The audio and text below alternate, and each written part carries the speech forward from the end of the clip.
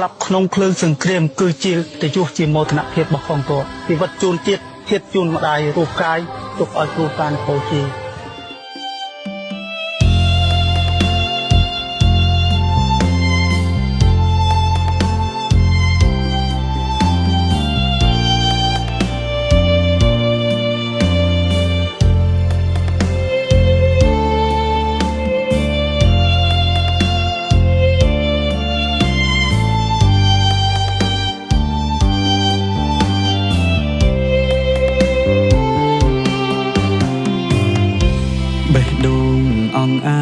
មិនខ្លាចសត្រូវ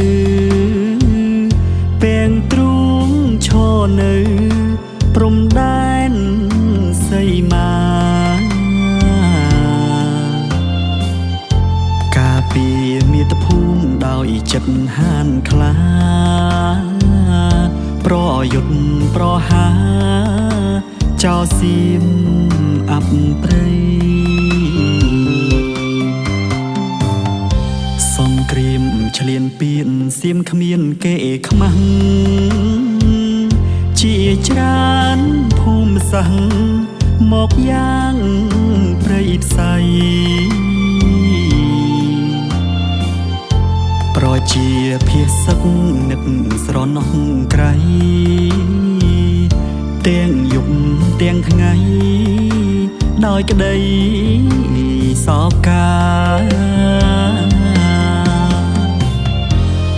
បេះដូងវីរៈកងទ័ពឧត្តម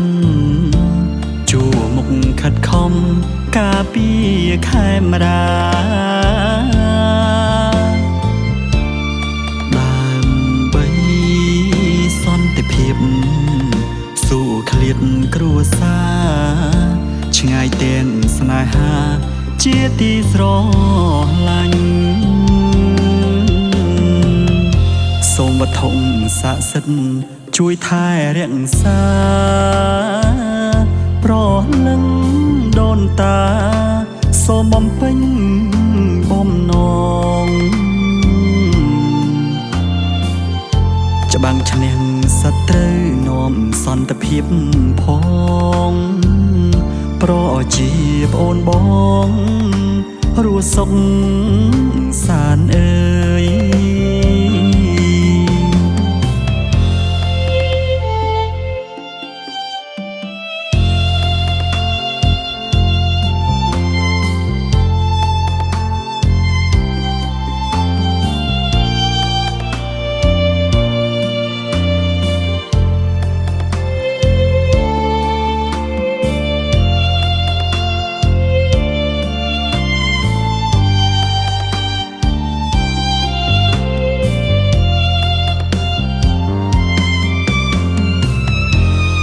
បេះដូ